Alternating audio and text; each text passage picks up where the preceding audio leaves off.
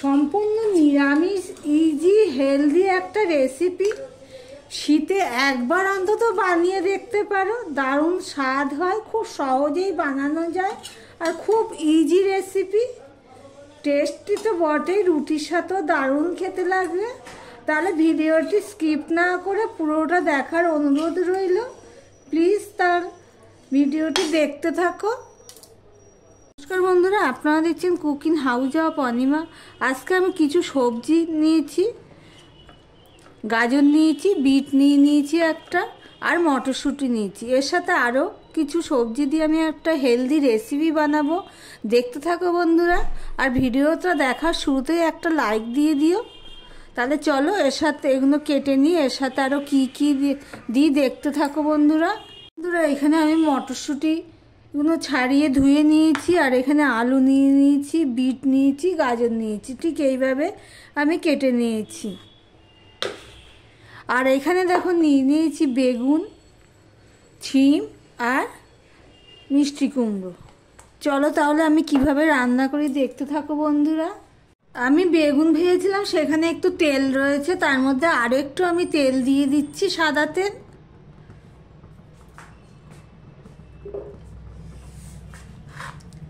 এবারে আমি আলুগুলো দিয়ে দিলাম। খুব ইজি এবং হেলদি রেসিপি, তোমরা দেখতে থাকো বন্ধুরা। আলু, গাজর, বিট আমি দিয়ে দিলাম। এগুলো শক্ত তরকারি, তাই এগুলো আমি একটু আগে দিয়ে দিলাম, দিয়ে আমি ঢাকা দিয়ে দেব। আমি প্রায় 4 থেকে 5 মিনিট আমি ঢাকা দিয়ে আমি সিদ্ধ রান্না করে নিয়েছি। যেহেতু এটা শক্ত তরকারি, সেই জন্য এটা আমি 4 থেকে 5 মিনিট করে নিয়েছি। এবারে যে বেগুন, ছিম, কুমড়ো এগুলো আমি দিয়ে দিলাম,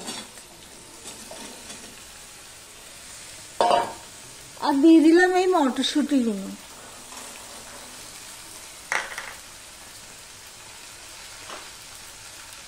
আমি তখন তো একটুখানি নুন দিয়েছিলাম, একটু নুন দিয়ে দিলাম।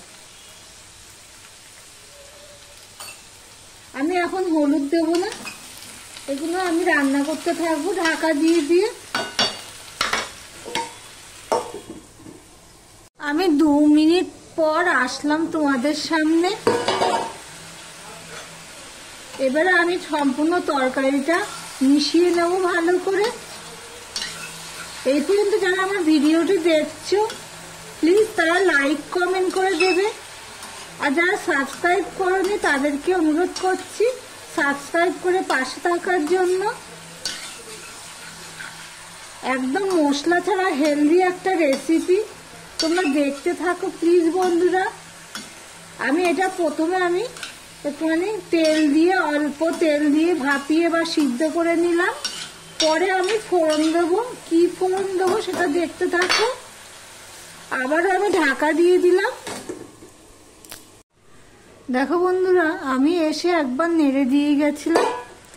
তরকারিটা আমার সিদ্ধ হয়ে গেছে, একদম নরম হয়নি কিন্তু সিদ্ধ হয়ে গেছে। এই অবস্থায় আমি এটা একটা পাত্রে তুলে নেব, নিয়ে কড়াইটা খালি করে নেব। দেখো বন্ধুরা, কড়াইটা গরম হয়ে গেছে। এবার আমি সামান্য তেল দেবো, কেননা আমি তখন তেল দিয়েছিলাম সেই জন্য। এবার এর মধ্যে আমি দিয়ে দিচ্ছি 1/2 চামচের মতন 5 ফোড়ন, দিয়ে দিচ্ছি একটা তেজপাতা। এই নিরামিষ ইজি হেলদি রেসিপিটি তোমাদের কেমন লাগলো কমেন্ট করে জানাবে প্লিজ। 5 ফোড়নটা হয়ে গেছে ফোড়নে। এবার আমি এখানে হলুদ দিয়ে দিলাম। তখন কিন্তু আমি নুন দিয়েছিলাম, হলুদ দিইনি। এবারে দেখো আমি এখানে 1.5 চামচের মতন আদা পেস্ট নিয়েছি, কাঁচা লঙ্কা নিয়েছি, আর টমেটো নিয়েছি। টমেটোর পরিমাণটা তোমরা আরেকটু দিয়ে দিতে পারো। এগুলো সব আমি ফোড়নে দিয়ে দিলাম।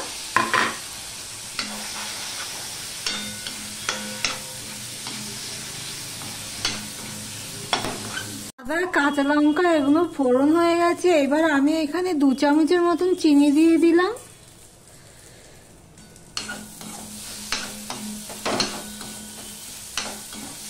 টমেটোটা দেখো একটু আরেকটু দিলে ভালো হতো, কিন্তু এই মুহূর্তে আমার কাছে টমেটো আর ছিল না, তাই জন্য আর দিতে পারলাম না। তোমরা আরেকটু টমেটো দিয়ে দেবে যদি এইভাবে রান্না কর। এটা ভাত রুটি দুটোর সাথেই ভালো লাগে খেতে, খুব হেলদি এবং সহজেই বানিয়ে ফেলা যায়।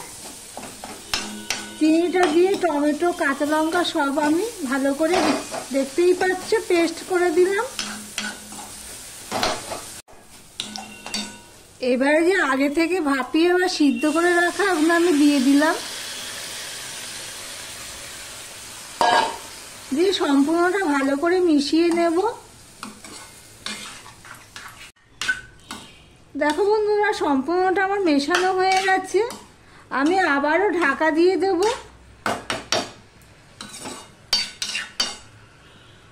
2 মিনিটের জন্য। আমি 2 মিনিট পর তোমাদের সামনে আসলাম। এবার আমি গ্যাসটা অফ করে দিলাম। এবারে এর মধ্যে দেখো আমি বেশ খানিকটা ধনেপাতা দিয়ে দিলাম। ধনেপাতার পরিমাণটা এই তরকারিতে একটু বেশিই লাগে, তাহলে খেতে ভালো লাগবে।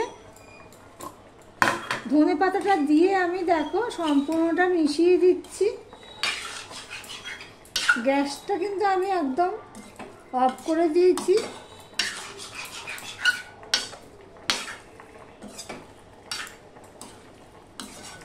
ধনেপাতাটা দিয়ে মিশিয়ে দিলাম। এবার স্ট্যান্ডিং টাইম আমি রেখে দেব। তা ভিডিওটি আজকের মতন এখানেই শেষ করলাম।